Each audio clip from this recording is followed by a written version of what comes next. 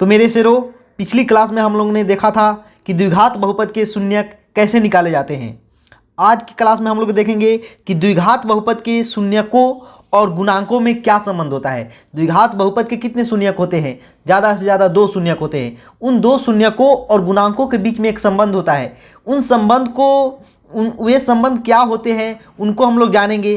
केवल रटेंगे नहीं, समझेंगे कि ये संबंध जो संबंध होते हैं द्विघात बहुपद के शून्यकों और गुणांकों के बीच में, उन संबंध को हम लोग समझेंगे भी। तो चलिए वीडियो को शुरू करते हैं। तो सबसे पहले हम लोग जानते हैं कि द्विघात बहुपद का व्यापक रूप क्या होता है। ax² होता है ax² plus bx plus c, जहाँ क्या होता है a = नॉट 0। यही द्विघात बहुपद का व्यापक रूप है। तो मान लेते हैं कोई यह द्विघात बहुपद है ax² plus bx plus c, और इसके 2 शून्यक है अल्फा और बीटा। इस बहुपद के 2 शून्यक क्या है?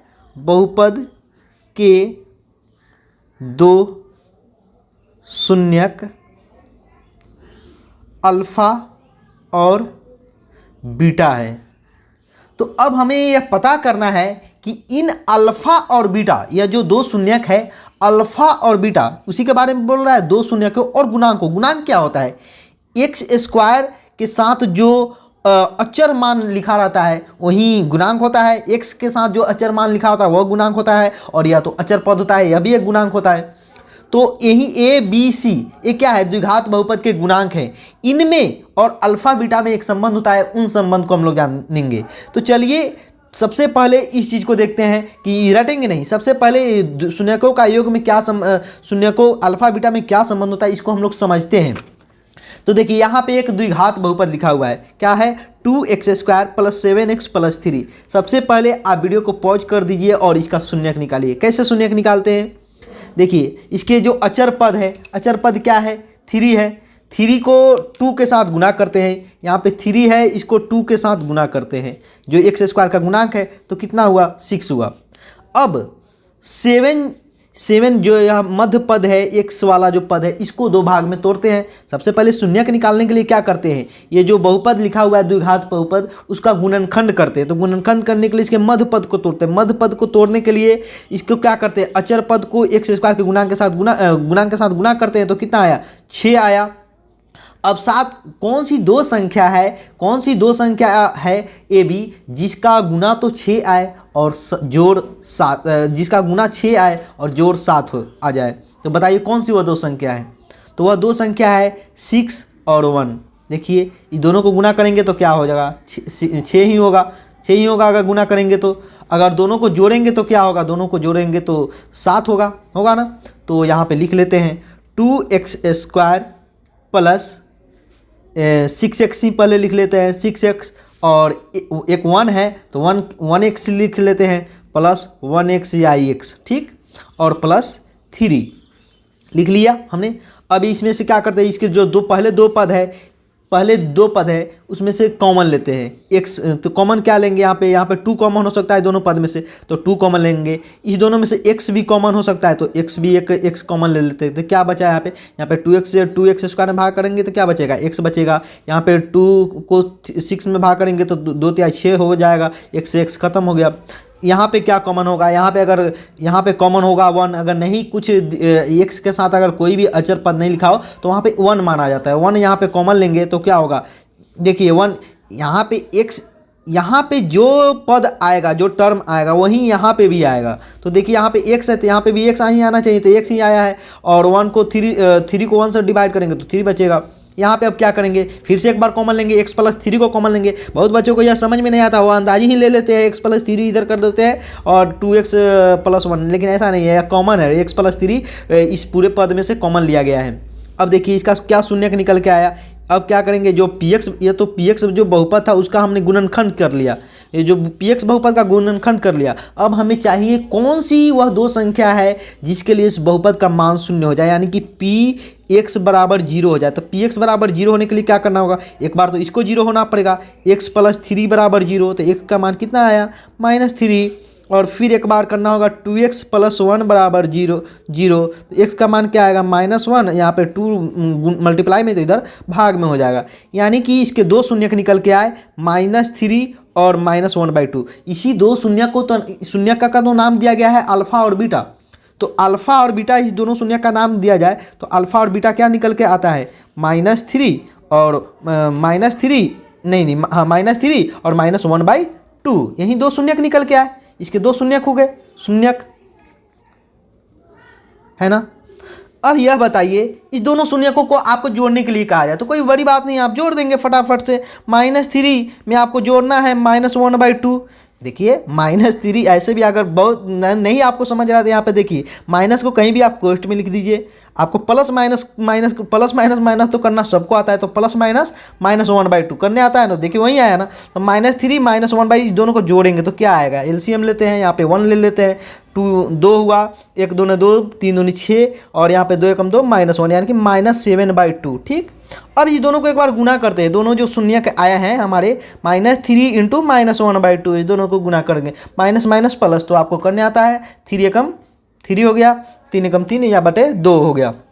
अब देखिए अब यहीं पे एक खेला है कि -7/2 आया 3/2। यहीं पे एक यह समझना है हमको कि इस जो शून्यकों का योग आया, शून्यकों का गुना आया इसमें, और यह जो गुणांक है इस तीनों में संबंध, इस दोनों और इस तीनों में संबंध क्या संबंध है। देखिए यहाँ पे 2 लिखा हुआ है तो 2 तो x² का गुणांक है, तो x² का गुणांक है, x² का गुणांक है ना, गुणांक है।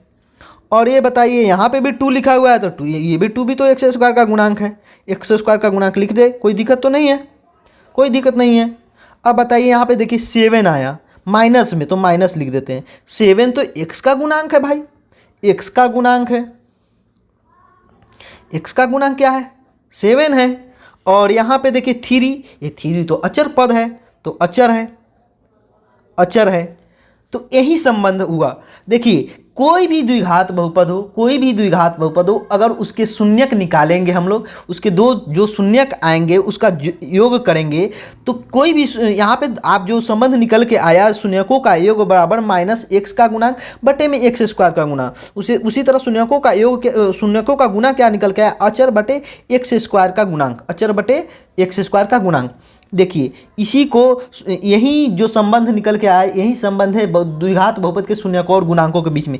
अब बताइए 2x² + 7x + 3 है, इसका व्यापक रूप क्या होता है ax² + bx + c, यही तो होता है, यही होता है ना, यही होता है। तो यह बताइए कि अगर यहाँ पे x का गुणांक क्या है, x का गुणांक है b, तो यहाँ पर उस b से पहले माइनस लगा हुआ था, -b लिख लेंगे। x² का गुणांक क्या है a, और बताइए अचर पद क्या है c, तो c लिख लेंगे। और x² का गुणांक यहाँ पे क्या है a है। तो यही संबंध निकाल के आया शून्यकों का योग बराबर -b बटा a और शून्यकों का गुना बराबर c बटे में, -b बटे और c बटे। तो इसको आपको याद रखना है, हर सभी द्विघात बहुपद के लिए लागू होता है। तो चलिए यहाँ पे लिख लेते हैं जो हमारा ये, इसका आप स्क्रीनशॉट भी ले लीजिएगा, अभी नहीं मैं लिख लेता हूँ। उसके बाद देखिए x² + bx + c इस बहुपद के दो शून्यक और अल्फा और बीटा है। जिस तरह इसके दो शून्यक क्या थे -3 और -1/2, तो जो संबंध निकल के आया है कि शून्यकों का योग -b बटे a होगा और शून्यकों का गुना c बटे a होगा। तो उसको यहाँ पे लिख लेते हैं। शून्यकों का योग क्या होगा x² + bx c में पहले होगा x का गुणांक, x का गुणांक क्या है माइनस पहले लिखेंगे, माइनस यहाँ पे लिखा हुआ है -x का गुणांक, तो x का गुणांक b है और x² का गुणांक क्या है -b बटे a आ गया। उसी तरह शून्यकों का योग अचर पद क्या है, अचर पद है c और x² गुणांक क्या है a है, तो c बटे a इसके निकल के आए। तो इसको आप याद रख लीजिएगा, इसको आपको याद रखना है। शून्यकों का योग बराबर -b बटे शून्यकों का गुणनफल बराबर c बटे -b बटे c बटे -a नीचा है, और उसके बाद जो a के बाद क्या आता है b आता है, b के बाद क्या आता है c होता है। इस तरह आपको बहुत जल्दी याद हो जाएगा, -b बटे c बटे -b बटे c बटे, इस तरह याद कर लेना है। चलिए इस पर एक आधारित हम लोग एक सवाल करते हैं ना। एक सवाल यह है कि एक 4x² माइनस 4x प्लस 1 शून्यकों तथा गुणांकों के बीच के संबंध की सत्यता की जांच कीजिए। तो अब हमने जो संबंध निकाल लिया, संबंध क्या था, -b/c/a शून्यकों का गुणांक के बीच संबंध की सत्यता जांच करना। तो सबसे पहले इसका शून्यक निकाल लेते हैं। हमको तो ऐसे पता है कि अल्फा प्लस बीटा क्या होगा, अल्फा इंटू बीटा क्या होगा, लेकिन इसका जाँच करना है। तो चलिए इसका शून्यक निकालते हैं। कैसे शून्यक निकालेंगे, मध्य पद को तोड़ेंगे। मध्य पद को तोड़ने के लिए क्या करेंगे, इसके अचर को इस x² के गुणांक के साथ गुणा कर लेंगे। क्या होगा गुणांक, 4 एकम 4 हो जाएगा। कौन सी दो संख्या है जिसका गुना करने पे तो 4 आए, लेकिन उसको जोड़े तो -4 आए, उसको जोड़ने पर क्या है, -4 आए। तो वह दो संख्या है -2 और -2 है ना। 3 को अगर एक के साथ 3 मान के आपके मन में आ रहा है कि 4 को 2 भाग में तोड़ दिए, 3 और 1, तो 3 1 तो 4 हो जाएगा, माइनस से माइनस हो जाएगा तो -4 हो जाएगा, -4। लेकिन इसका गुना करेंगे तो 3 ही होगा, 3 कम इसका गुना करेंगे तो 3 ही होगा ना। तो यह नहीं हो सकता, -2 और -2 होगा। तो -2 और 2 यहाँ पे लिख लेते हैं। देखिए 4x² तो जैसे वैसे लिख लेंगे, इधर +1 है तो वैसे को वैसे लिख देंगे। अब -2 है तो -2x लिख लेंगे। सबको ये दोनों को एक एक x दे देंगे पहले ही। तो -2x यहाँ पे भी हो गया। अब कॉमन ले लेते हैं। इस दोनों में क्या कॉमन हो सकता है, इस दोनों में क्या कॉमन हो सकता है, इस दोनों में हो सकता है 2 कॉमन हो सकता है और x कॉमन हो सकता है। देखिए यहाँ पे 2x, तो यहाँ पे तो 2 हो गया और x बचा यहाँ पे क्या बचेगा, 2x से इसमें भाग करेंगे तो -1 बचेगा। और फिर यहाँ पे सोचिए, यहाँ पे तो जो यहाँ पे आया है कोष्ठ के अंदर, छोटी कोष्ठ के अंदर 2x -1, वही यहाँ पे भी आना चाहिए। तो यहाँ पे -1 कॉमन लेंगे, -1 कॉमन ले लेते हैं तो क्या हो जाएगा 2x। आपके मन में आ रहा होगा 2 क्यों नहीं कॉमन लिए, 2 भी तो कॉमन ले सकते हैं, 2 कॉमन ले सकते हैं, +1 कॉमन ले सकते थे। लेकिन हमने 1 कॉमन इसलिए लिया क्योंकि इधर देख रहे हैं 2x -1 है, और यहाँ पे अगर -1 कॉमन ले लेते हैं, यहाँ पे 2x बचेगा, यहाँ पे माइनस प्लस माइनस हो जाएगा, यानी कि यहाँ पे -1 बचेगा। अब देखिए यहाँ पे एक बार और कॉमन लेना है, एक बार और कॉमन क्या होगा, 2x -1 कॉमन होगा, तो यहाँ पे बचेगा 2x -1।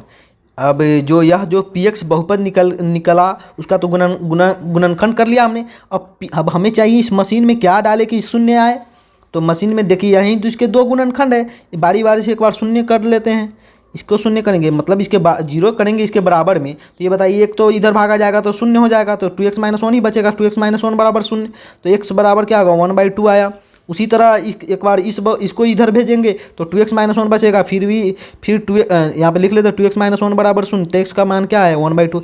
यानी कि हमारे 2 शून्यक निकल के आए, अल्फ़ा और बीटा इसका नाम दिया जाए तो अल्फ़ा और बीटा बराबर क्या निकला, 1/2। दोनों शून्यक हमारे 1/2 हैं। अब बताइए दोनों को जोड़ लेते हैं, अल्फ़ा प्लस बीटा बराबर हम जोड़ लेते हैं। अल्फ़ा प्लस बीटा बराबर क्या आएगा, 1/2 + 1/2, दोनों को जोड़ेंगे तो क्या होगा, 1 आएगा। बटा का जोड़ तो आपको आता होगा, आधा आधा जोड़ेंगे तो 1 आएगा, बटा का जोड़ भी करके देख सकते हैं।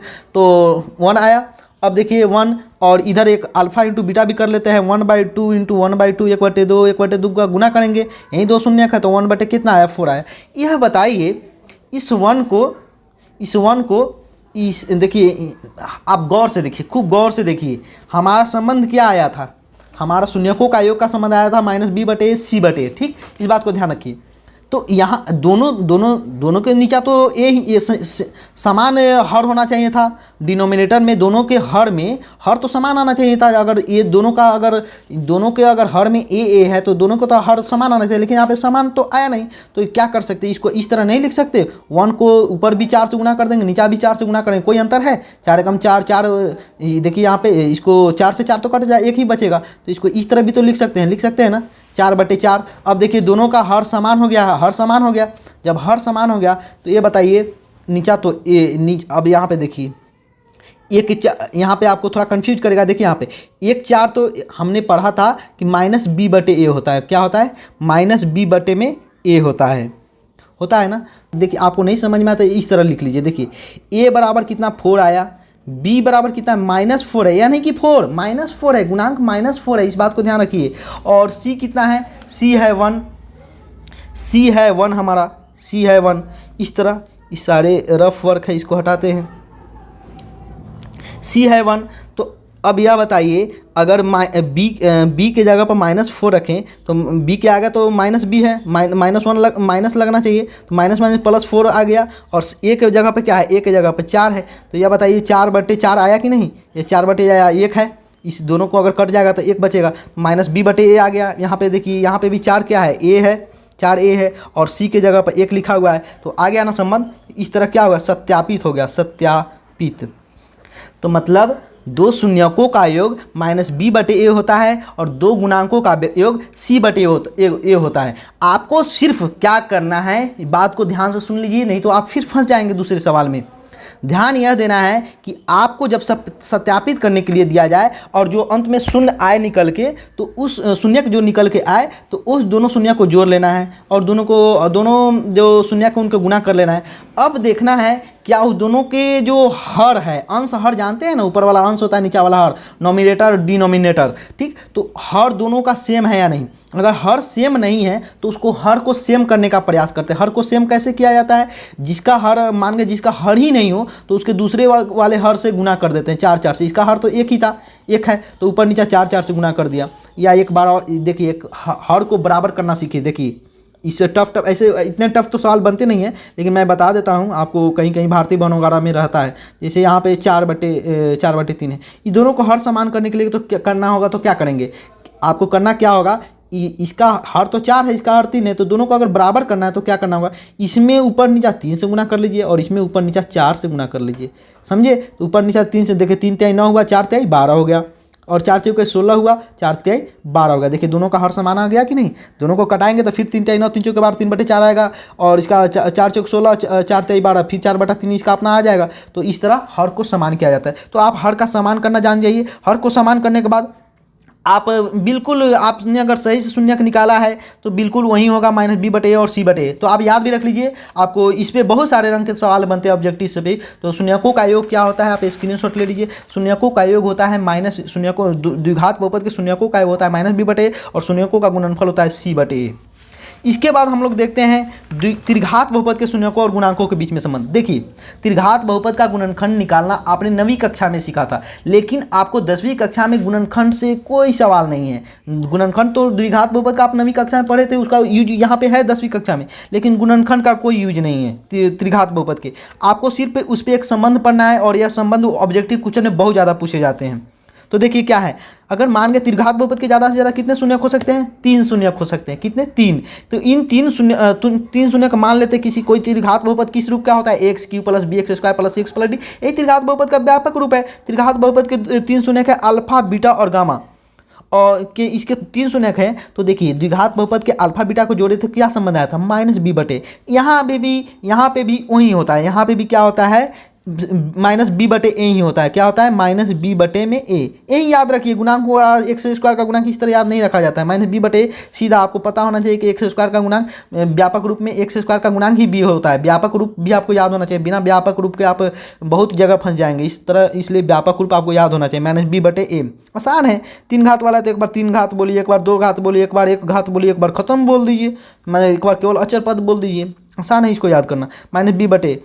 अब देखिए वहाँ पे आया था कि उसके 2 शून्यकों का गुना करने पर अल्फा बीटा को गुना करने पर c/a, लेकिन यहाँ पे होता है, यहाँ पे अल्फा बीटा गामा को गुना करने पर c/a नहीं आता है, बल्कि एक दो को यहाँ पे 3 जोड़ा बन सकता है, alpha beta, beta gamma, gamma alpha. देखिए अल्फा बीटा को एक साथ गुना कर सकते हैं, उसको जोड़ना है, याद रखिए, एक बार याद कर लीजिएगा, आपको कभी नहीं भूलिएगा, 10वां क्लास पास कर जाइएगा। बीटा गामा, गामा अल्फा, तो इसका होता है c/a में। यहाँ पे क्या है, x का गुणांक बटे में a, x³ का गुणांक, ठीक। और अल्फा बीटा जो गामा आया यहाँ पे, जो भी तो c/a था, c/a यहाँ पे क्या हो गया, यहाँ पे 2 का जोड़े वाला का हो गया।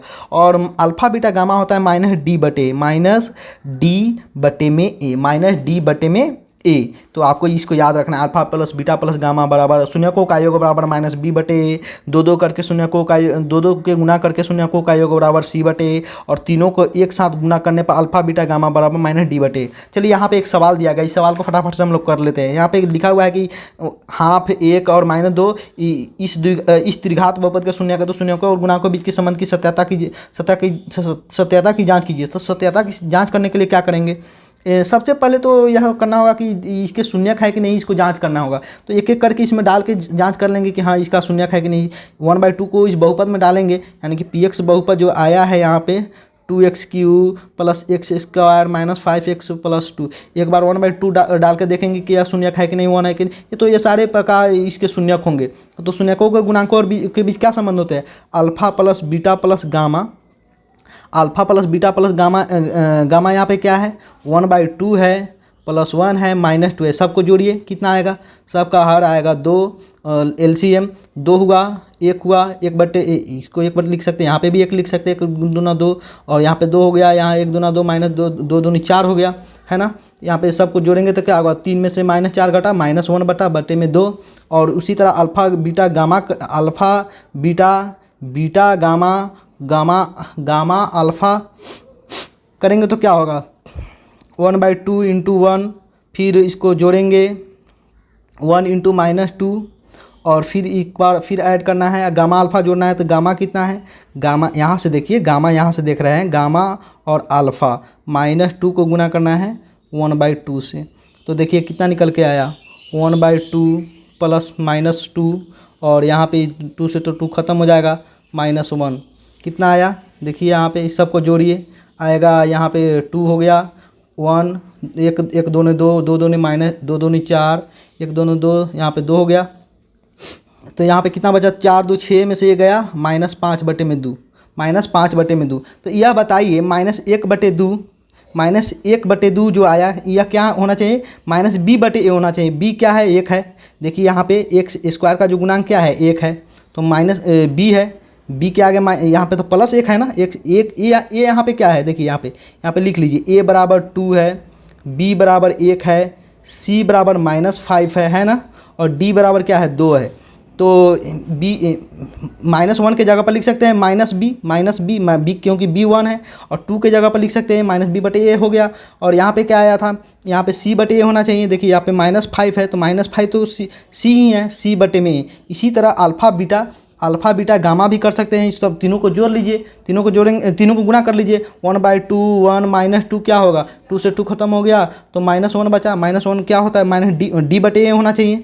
d क्या यहाँ पे क्या है? 2 है, और a क्या है? 2 है। देखिए d -2 आ गया, -d/a होता है ना, -d/a, तो माइनस में हो गया, तो माइनस देखिए -d/a, तो d/a तो इतना होगा, उसके आगे माइनस लग गया, यानी कि यह है -d/a आ गया। इस तरह अल्फा द्विघात बहुपद के शून्यकों और गुणांकों के बीच में क्या संबंध थे उसको हमने देखा, और त्रिघात बहुपद के शून्यकों और गुणांकों के बीच में क्या संबंध था उसको हमने देखा। इस पर आधारित आपके प्रश्नावली 2.2 में जो सवाल है उनको आपको करना है। चलिए इस वीडियो के बाद हम लोग अगली वीडियो में हम लोग देखेंगे कि बहुपदों के जो द्विघात बहुपद है इनको कैसे शून्यकों के माध्यम से कैसे ज्ञात किया जाता है। तो यदि वीडियो पसंद आया तो वीडियो को लाइक कर दो और चैनल को सब्सक्राइब कर दो। और मेरा चैनल ज़रा नया है, इसलिए आप इस चैनल को ज़्यादा से ज़्यादा बच्चों तक शेयर कर दो। Thank you.